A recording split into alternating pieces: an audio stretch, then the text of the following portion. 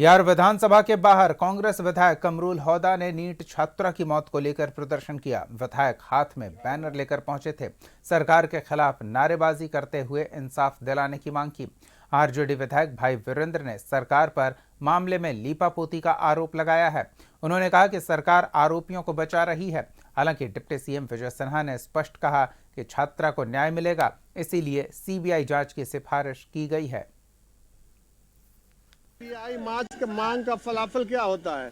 CBI मांग का मतलब है कि दरिंदा को बचाना, उस रेप करने वाले रेपिस्ट को बचाना। सरकार इसमें अब तक पूरी तरह से फेल है, प्रशासन भी फेल है और वो खुलेआम घूम रहे हैं।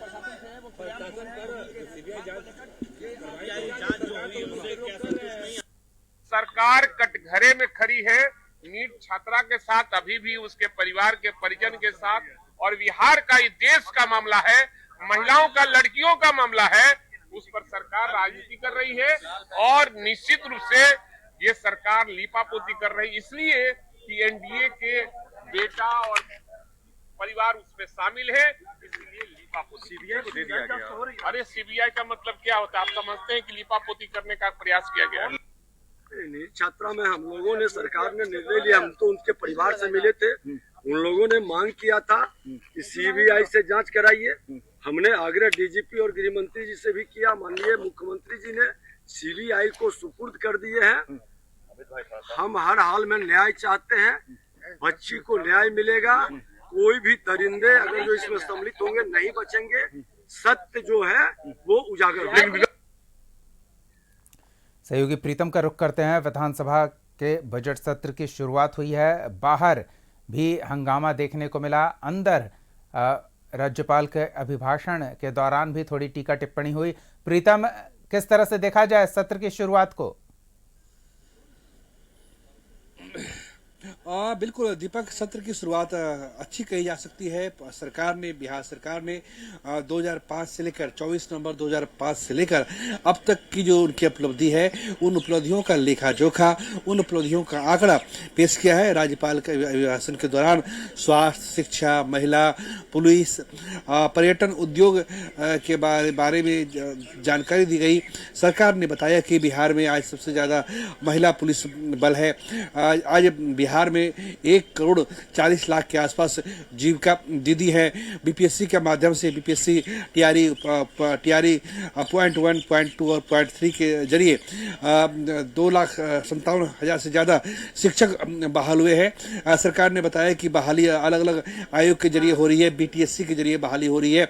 पूरी एशिया का सबसे बड़ा अस्पताल, 5,400 बेड की कैपेसिटी का अस्पताल पीएमसीएच में बनाया जा रहा है। सरकार ने बताया कि जितने भी पुराने मेडिकल कॉलेज थे, Darbhanga medical college, NMCH, PMCH, IGIMS, Jawaharlal Nehru medical college Bhagalpur, इन सब में 2500 अतिरिक्त बेड की व्यवस्था की जा रही है। यहाँ पे बेड का निर्माण हो रहा है। स्पष्ट रूप से सरकार ने एक जो उपलब्धि हासिल की है, उस उपलब्धियों का लेखा जोखा, उस उपलब्धियों का आंकड़ा प्रस्तुत किया है।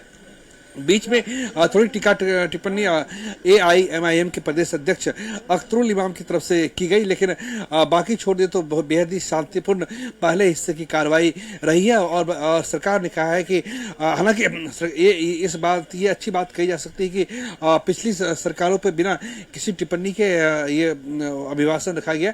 सरकार ने अभिभाषण में केवल इतनी बात कही कि 24 नवंबर 2005 के पहले व्यवस्था खराब थी, लेकिन जब 24 नवंबर 2005 को एनडीए की सरकार बनी, नीतीश कुमार के नेतृत्व में सरकार बनी, तो अलग अलग क्षेत्र में क्या काम हुआ है। थोड़ा सा उद्योग के बारे में जितने विस्तार से चर्चा होनी चाहिए थी, तो उद्योग के बारे में नहीं है, पर्यटन के बारे में नहीं है, लेकिन मोटा मोटी शिक्षा, स्वास्थ्य और महिला और जीविका दीदी, इन सब की चर्चा की गई है। सरकार ने साफ साफ ये स्पष्ट कर दिया है कि जिन महिलाओं को 10-10 हजार रुपये रोजगार के रूप में मिले हैं, अगर वो रोजगार अच्छे तरीके से कर पाती है तो 2 लाख की अगली किस्त भी उनको दी जाएगी। लिहाजा अब ये समझा जा सकता है कि जिन 1,40,00,000 महिलाओं को 10-10 हजार की राशि दी गई है, अब उन्हें अगर वो रोजगार चला पाती है, अगर सरकार ये देखती है कि नहीं अमुक महिला रोजगार करने में सक्षम है, तो 2 लाख की अगली किस्त भी उन्हें जारी की जाएगी।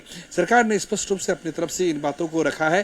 अब दूसरा सत्र शुरू होगा और उसके बाद देखा जाएगा कि विपक्ष का रवैया क्या होता है, सरकार का रवैया क्या होता है। कल सरकार अपना बजट रखने जा रही है।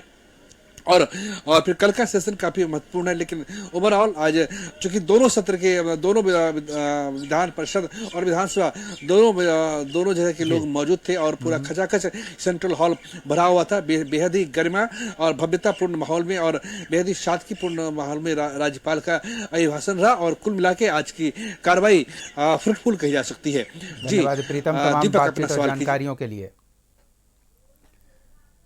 तो बिहार विधानसभा के सत्र की शुरुआत बाहर विपक्ष की टीका टिप्पणी और नारेबाजी प्रदर्शन और अंदर राज्यपाल के अभिभाषण के साथ, जिसमें सरकार की उपलब्धियों के साथ साथ आगे की कार्य योजना